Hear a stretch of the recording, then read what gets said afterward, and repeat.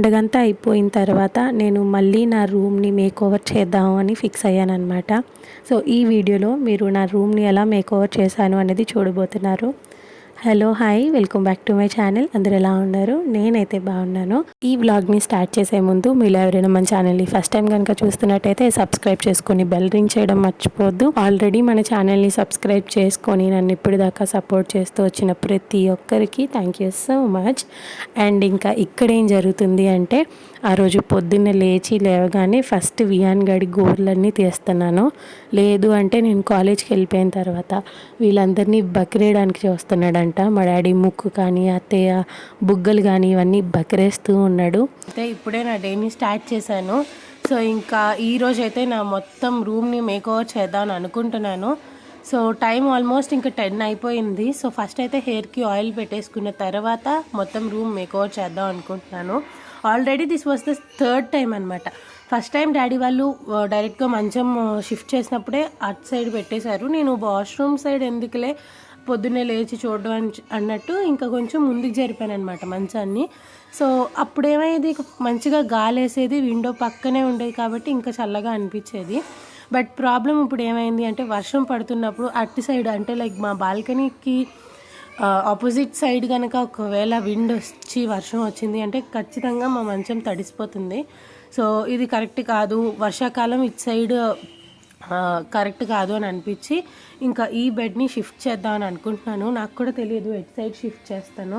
Mostly ఆ వాల్కి ఆంచి పెడదామా అని ఆలోచిస్తున్నా.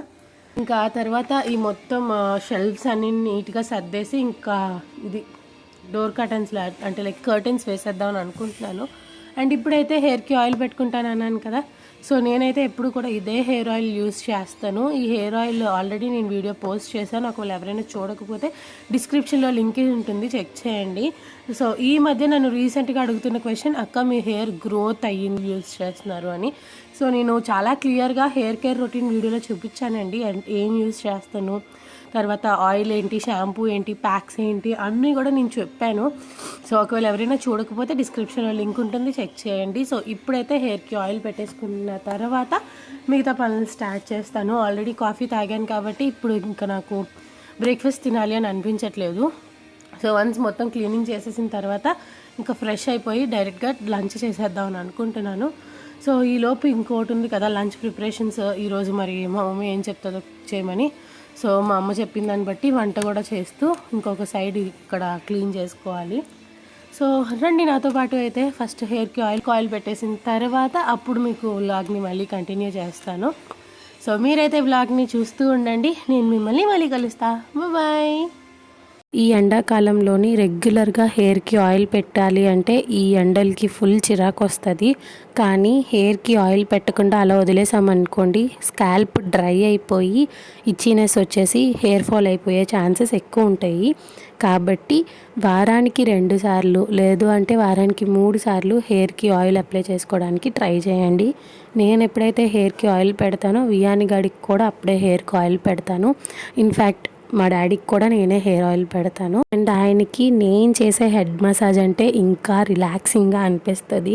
సో నాకు హెడ్ మసాజ్ చేయడం అంటే చాలా ఇష్టము. వియాన్ గడికి చేద్దాం అంటే వాడు అస్సలు యాక్సెప్ట్ చేయ. వీడైతే ముందే చెప్పేస్తాడు, మమ్మీ నా హెయిర్కి ఆయిల్ రాయొద్దు, షాంపూ వద్దు, నేను చేయను అని.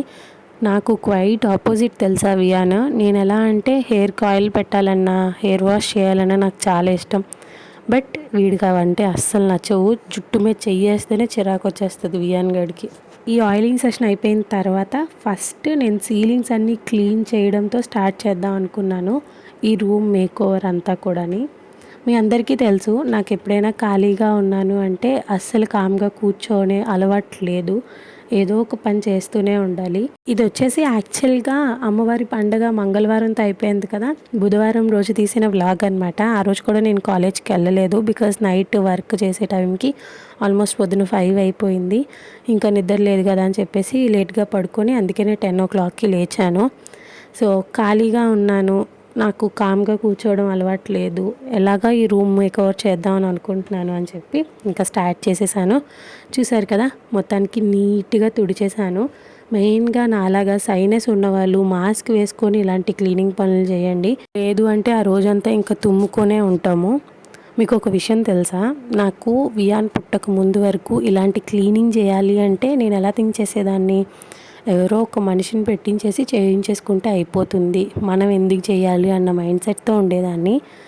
బట్ ఆఫ్టర్ వియాన్స్ బర్త్ నా లైఫ్లో చాలా చేంజెస్ వచ్చాయి. కంప్లీట్గా 100% ఈరోజు ఇలా నేను చేసుకుంటున్నాను అంటే that is only because of the life lessons which I have learned. అదే ఇప్పుడు నేను ఎలా ఆలోచిస్తున్నానో తెలుసా, ఎవరైనా మన ఇంటికి వచ్చి పని చేస్తూ ఉన్నట్టయితే నాకు చాలా బాధ అనిపిస్తుంది.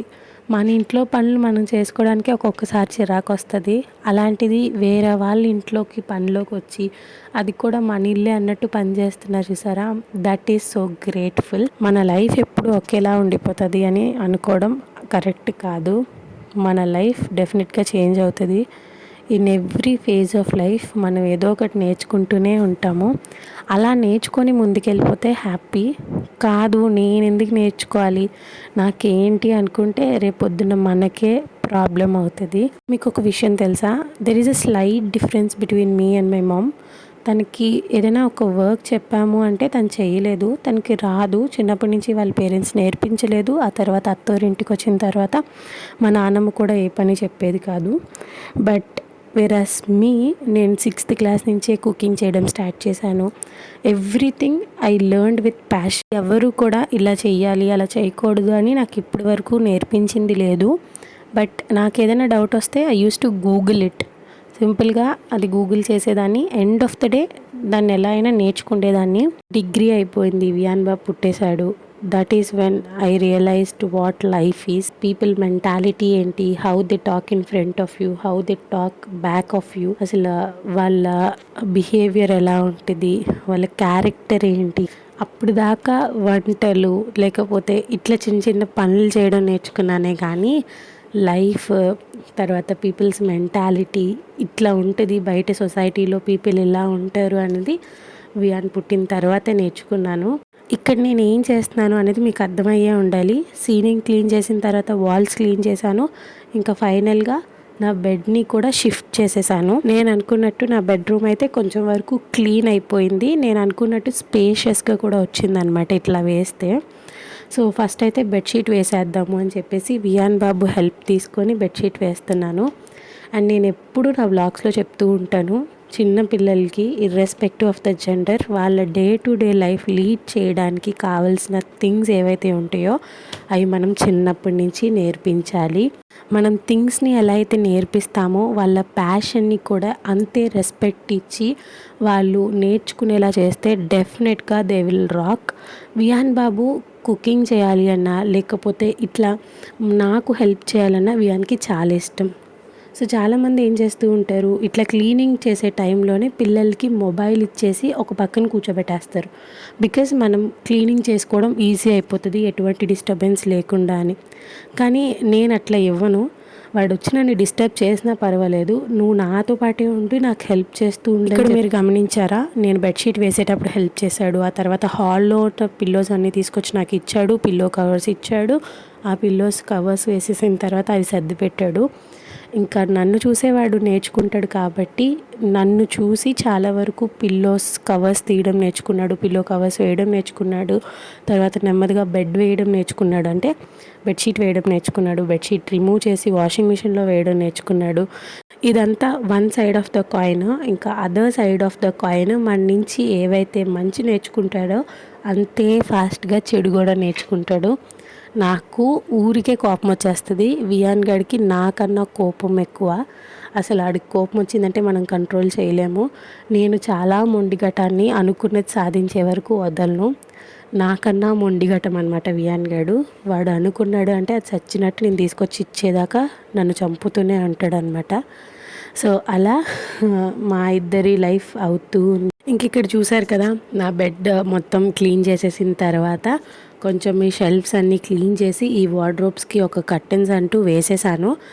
ఫుల్ బ్యాక్ పెయిన్ వస్తుంది. కాసేపు కూర్చుందామని చెప్పి వచ్చి డాడీ ఉయ్యాల్లో కూర్చొని ఇంకా ఇప్పుడు బ్రేక్ఫాస్ట్ చేద్దాము అని చెప్పేసి అనుకుంటున్నాను. ఈ వ్లాగ్ వచ్చేసి వెడ్నెస్డే రోజు తీసానని చెప్పాను కదా, అప్పటికి తుఫాన్ అయితే కంట్రోల్ అయ్యింది. ఆ రోజు వర్షం అయితే ఏం పడలేదని చెప్పేసి ఫస్ట్ వెళ్ళి వాషింగ్ మిషన్ ఆన్ చేసేస్తున్నాను.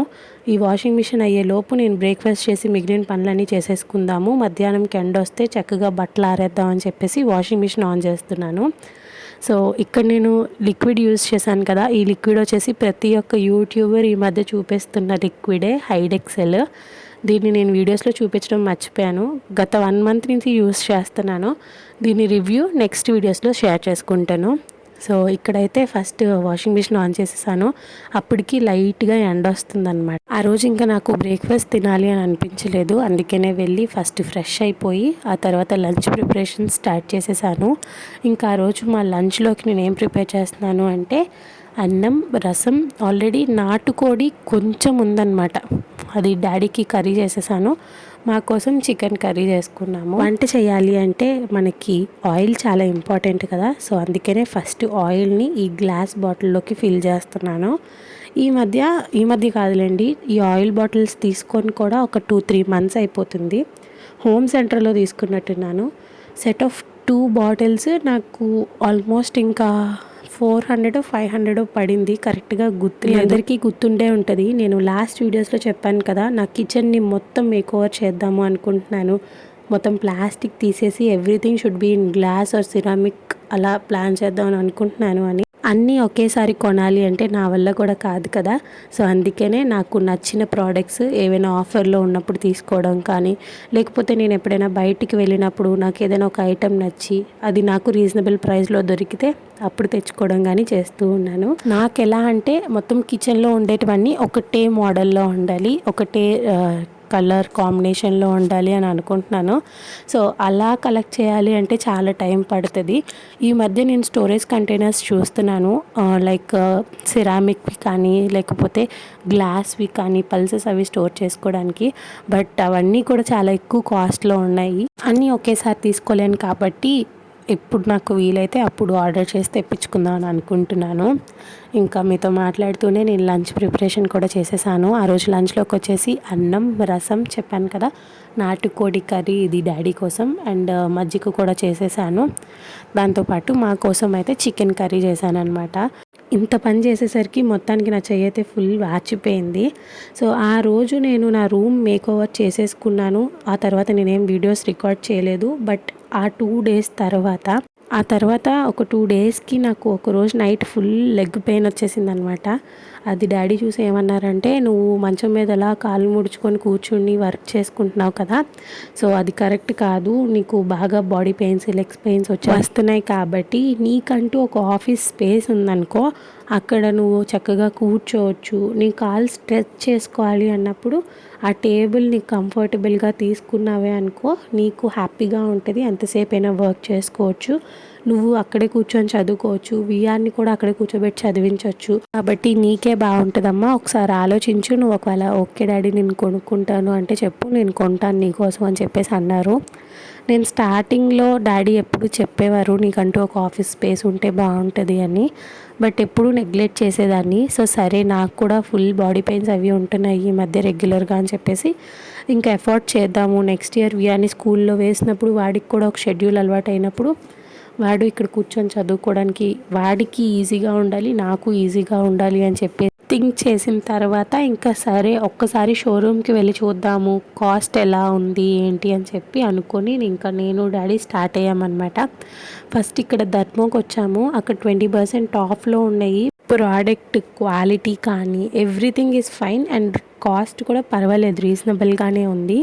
కానీ ఏంటి ప్రాబ్లం అంటే, మనము ఆ ప్రోడక్ట్ ఆర్డర్ చేసుకున్న తర్వాత ఒక 6 to 7 వర్కింగ్ డేస్ తర్వాత అది డెలివర్ చేస్తారంట.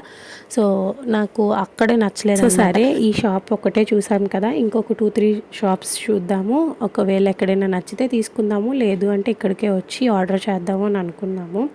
సో బయట వేరే షాప్స్ కూడా చూస్తే మాకు ప్రైస్ వేరియేషన్ కూడా తెలుస్తుంది కదా, because this was the first time మేము ఇలా ఆఫీస్ స్పేస్ మీద ఎఫర్ట్ చేయడము. నాకు తెలిసి ఇప్పుడు ఈ ఆఫీస్ స్పేసెస్ అన్నీ ఈ కోవిడ్ తర్వాత ఇలా ఇంట్లో సెటప్ వస్తుందే కానీ నా చిన్నప్పటి నుంచి మా ఫ్యామిలీస్లో ఎప్పుడు కూడా ఇట్లా ఒక ఆఫీస్ స్పేస్ అంటూ లేదు. Even we don't have a study space for learning. మేమైతే మంచాల మీద కూర్చొని చదువుకునే వాళ్ళమే, ఒక్కొక్కసారి కిందన కూర్చొని చదువుకునే వాళ్ళమే. ఈ రోజుల్లో అంటే పిల్లలకి ఒక సెపరేట్గా రూమ్ అంటూ లేకపోతే వాళ్ళకంటూ సెపరేట్గా స్టడీ చేయరంటూ వస్తుందే కానీ మా చిన్నప్పుడు అలాంటివి ఏం లేవన్నమాట. అందుకనే నాకు ఈ ఆఫీస్ స్పేస్ కానీ లేకపోతే స్టడీ స్పేస్ గురించి కానీ ఏమీ తెలియదు. సో సరే ఇక్కడ చూసాం కదా, వేరే షాప్స్కి వెళ్ళి చూద్దాము, నాకు కూడా ఒక ఐడియా వస్తుంది, క్వాలిటీ డిఫరెన్స్ తెలుస్తుంది, తర్వాత ప్రైస్ డిఫరెన్స్ తెలుస్తుంది. సో ఒకసారి అబ్జర్వ్ చేద్దాము అని చెప్పేసి ధర్మో నుంచి బయటకు వచ్చేసేటప్పుడు నాకు ఒక ఇన్ఫర్మేషన్ తెలిసింది. అదేంటి అంటే ధర్మోలో ఆల్రెడీ ఆఫర్స్ రన్ అవుతున్నాయి కదా, there was a special offer that ఒక queen size bed and a closet and దాంతోపాటు ఒక డ్రెస్సింగ్ టేబుల్, ఈ మూడు కూడా ఆల్మోస్ట్ ఇంకా 49,999 రూపీస్కే ఉన్నాయి. నాకు తెలిసినంత వరకు వాళ్ళు ఈ కంఫర్టర్ అంటే ఈ పరుపు ఇవ్వరేమో, మిగిలిన బెడ్ ఇస్తారు అనుకుంటాను. సో నాకైతే తెలియదు దాని గురించి క్లియర్గా, బట్ ఆఫర్ రన్ అవుతుంది ఇంత ప్రైస్కి అన్నది మాత్రం నేను చూసాను. ఎందుకు నేను ఈ ఆఫర్ గురించి చెప్తున్నాను అంటే, నేను లాస్ట్ ఇయర్ ఒక వీడియో పోస్ట్ చేశాను, మీకు గుర్తుండే ఉంటుంది. ఇట్లా నాకు మా డాడీ ఒక బెడ్ తీసుకున్నారు అని. ఆ బెడ్ ఆల్మోస్ట్ ఇంకా 70,000-80,000 అయ్యిందంట. ఒక బెడ్డే మనకి 80,000 అయితే ఇక్కడ పర్వాలేదు కదా, మినిమం బడ్జెట్లో వస్తుంది కదా అని చెప్పేసి మీకు ఎవరికైనా యూజ్ అవుతుంది అని నేను వీడియోలో అయితే షేర్ చేస్తాను. ధర్మోలోని ఆఫీస్ స్పేస్ పక్కనే డైనింగ్ స్పేస్ రిలేటెడ్గా అన్నీ ఉన్నాయన్నమాట. సో సరే ఒకసారి డైనింగ్ టేబుల్ ప్రైజెస్ ఎంత ఉన్నాయి అని చూద్దామని చెప్పేసి ఇటు సైడ్ వచ్చి ఇంకా డైనింగ్ టేబుల్స్ అన్నీ చూసుకొని ఇంకా డైరెక్ట్గా మేము వేరే షాప్కి స్టార్ట్ అయిపోయామన్నమాట. ఆ తర్వాత వేరే షాప్కి వచ్చాము. ఇప్పుడు మీరు చూస్తున్న చైర్ వచ్చేసి అక్కడ 15,000 అని చెప్పారు. అండ్ దాని గురించి ఇంకా ఏవో స్పెసిఫికేషన్స్ పర్టికులర్గా చెప్పేసరికి ఇంకా మా డాడీ స్టార్ట్ చేశారు, అమ్మ డబ్బులు ఖర్చు అయినా పర్వాలేదు నువ్వు ఇది తీసుకో అమ్మ అంటారు. నాకేంటంటే ఇప్పుడు 15,000 పెట్టి ఆ చైర్ తీసుకోవడం అవసరమా అన్నట్టు నేను ఆలోచిస్తున్నా. సో ఫైనల్గా అయితే ఆ చైర్ తీసుకోలేదు. అండ్ చైర్తో పాటు ఒకేసారి టేబుల్ కూడా తీసుకున్నాము. ఒక సెట్లా ఉంటుంది, లేదు అంటే ఒక్కసారి మనం ఇంటికి వెళ్ళిపోయిన తర్వాత మళ్ళీ ఇంకెప్పుడైనా చూద్దాంలే అని అలా డిలే అయిపోతుంది. సో ఎటు వచ్చాం కదా, చూద్దాము, ఇక్కడ చైర్ టేబుల్ రెండు ఒక సెట్లా తీసుకుందాము అని అనుకుంటున్నాము. సో ఫైనల్గా ఈ షాప్లోని నేను చైర్ అలాంగ్ విత్ టేబుల్ రెండు తీసుకున్నాను. నేను తీసుకున్న టేబుల్ ఇదే అనమాట. దీనికి ప్లస్ పాయింట్ ఏంటి అంటే మనం కాలు స్ట్రెచ్ చేసుకున్న కిందనేమీ అడ్డేది లేదు. అండ్ స్టోరేజ్ ర్యాక్స్ కూడా పక్కన వచ్చాయి కాబట్టి ఇంకా అది తీసుకున్నాను. ఈ టేబుల్ వచ్చేసి నాకు 6,000 పడింది అండ్ చైర్ వచ్చేసి 7,000 పడింది. టోటల్గా 13,000 అయితే బిల్ అయిందనమాట. అంతకన్నా తక్కువకుంటే ఏమో మరి నాకు తెలియదు, కానీ నేను చూసినంత వరకు ఇక్కడ కొంచెం పర్వాలేదు, రీజనబుల్గా అనిపించింది అని చెప్పేసి ఇక్కడే తీసేసుకున్నాను. అండ్ దట్టు డాడీ బెడ్ తీసుకున్నారు లాస్ట్ టైం అని చెప్పాను కదా, ఆ బెడ్ కూడా ఈ షాప్లోనే తీసుకున్నారంట. సో సరేలే అని చెప్పేసి ఈ షాప్లోనే మొత్తం ఇక్కడ చైర్ టేబుల్ రెండు తీసేసుకున్నాము. ఇంకా మేము అమౌంట్ పే చేసేసి ఇంటికి వచ్చేసిన తర్వాత ఒక 1 అవర్లోనే అది డెలివర్ చేసేసారనమాట. ఇంటికి వచ్చిన తర్వాత నేనే ప్రోడక్ట్స్ తీసుకున్నాను అనేది చూపిస్తాను. అండ్ ఈ లోపు నాకు సోఫా కమ్ బెడ్ ఒకసారి చూద్దాము అని అనిపించింది. నేను చెప్పిన ఈ సోఫా కమ్ బెడ్ అయితే ఇదే అనమాట. ఇది మనం దివాన్ కాట్లా కూడా యూస్ చేసుకోవచ్చు, లేదు మన ఇంటికి ఎవరైనా గెస్ట్ వస్తున్నారు అంటే ఇది బెడ్లా కూడా యూస్ చేసుకోవచ్చు. దీని సైజ్ వచ్చేసి 5/6 వస్తుందంట. అండ్ మీరు అక్కడ చూస్తున్న మ్యాట్రెస్ని ఫోల్డ్ చేసి ఉంది, అది ఓపెన్ చేస్తే ఈ బెడ్ మీదకి ఈక్వల్గా వచ్చేస్తుందంట మ్యాట్రెస్. అండ్ ఈ బెడ్ స్పెషాలిటీ ఏంటి అంటే దీని కింద స్టోరేజ్ ర్యాక్స్ కూడా ఉన్నాయి, మనం చక్కగా బెడ్షీట్స్ అవన్నీ కూడా స్టోర్ చేసుకోవచ్చు. తీసుకుందామా అని అనిపించింది కానీ దీని కాస్ట్ 40,000 చెప్పారు. నాకు అంత ఎఫర్ట్ చేయాలి అని అనిపించలేదు. మెయిన్గా ఏంటి అంటే మాకు ఆల్రెడీ ఒక 2 మంచాలు ఉన్నాయి, ఇది కూడా ఒక మంచం కిందే లెక్క కదా. సో ఇది తీసుకొని హాల్లో వేస్తాము, ఓకే పర్వాలేదు బాగానే ఉంటుంది, కానీ ఈ ఇంటికి ఇది సరిపోతుంది. మనం వేరే ఇంటికి మారాలి అన్నప్పుడు 3 మంచాలు ఏం చేసుకుంటాము, వేస్టే కదా. మా డాడీ మమ్మీ అలా అంటే ఇంకా అది మనకి వేస్ట్ అన్నప్పుడు అది సేల్ చేసేస్తారనమాట. సో అనవసరంగా కొనడం ఎందుకు, సేల్ చేసుకోవడం ఎందుకు అన్న థాట్లో నేను ఉంటాను కాబట్టి ఇంకా అసలు పర్చేస్ చేయడానికి ఇష్టపడను.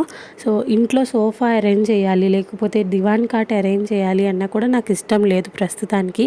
బికాజ్ వియాన్ కొంచెం ఆడుకోవడానికి స్పేస్ ఉంది అని చెప్పేసి నేను అవేమి అరేంజ్ చేయనివ్వట్లేదు అనమాట. సో ఇంక ఇక్కడైతే మేము ఆర్డర్ చేసేసి ఇంటికి వెళ్ళిపోతున్నాము. వాళ్ళు ఇంటికి తీసుకొచ్చి ఇచ్చేస్తానని చెప్పేసి అన్నారు. మేము ఆర్డర్ చేసి ఇంటికి వచ్చామే కానీ చాలా టెన్షన్ పడుతున్నాం అనమాట. ఈ చైర్ టేబుల్ ఎక్కడ సెట్ అవుతుంది, అసలు నా రూమ్లో సెట్ అవుతుందా, టేబుల్ కొంచెం పెద్దదైపోతుందేమో అన్న థాట్లోనే ఉన్నాను. ఇంకా ఆ థాట్లోనే ఇంటికి వచ్చేసాము. ఇంటికి వచ్చిన 1 అవర్కి వాళ్ళు మా ప్రోడక్ట్స్ అయితే డెలివర్ చేసేసారు. సో నేను తీసుకున్న టేబుల్ చైర్ కరెక్ట్గా నా రూమ్కి సెట్ అయిపోయిందనమాట. అటు పెద్దది అవ్వలేదు, అటు చిన్నది అవ్వలేదు, ఈక్వల్గా సరిపోయింది. And I was super happy for that. So finally thank you so much daddy for getting me this office. So మొత్తానికి నా రూమ్ని ఇలా సెటప్ చేసుకున్నాను. అండ్ ఎస్ గైస్, ఇదండి ఇవాల్టి వీడియో. ఐ హోప్ మీకు ఈ వీడియో కొంచెమైనా ఇన్ఫర్మేటివ్గా అండ్ మోటివేటివ్గా అనిపించిందనే అనుకుంటున్నాను. మీకు కనుక ఈ వీడియో నచ్చింది అంటే లైక్ చేయండి, మీ ఫ్రెండ్స్ అండ్ ఫ్యామిలీకి షేర్ చేయండి. అండ్ ఇంకా అలాంటి వీడియోస్ మన ఛానల్లో చూడాలి అనుకుంటున్నారో నాకు కామెంట్స్లో షేర్ చేసుకోవడం మర్చిపోవద్దు. సో నెక్స్ట్ వచ్చే వీడియోస్లోని మీరు చాలా వరకు మా ఫ్యామిలీ వ్లాగ్సే చూడబోతున్నారు. సో ఆ వీడియోస్ ఏమి మిస్ అవ్వకుండా చూడాలి అంటే ఛానల్కి సబ్స్క్రైబ్ చేసుకొని నోటిఫికేషన్ బెల్ని ఆన్ చేయడం మాత్రం మర్చిపోవద్దు. So once again thank you all so much for watching till the end. See you all in another video. Until next time, take care. Bye bye.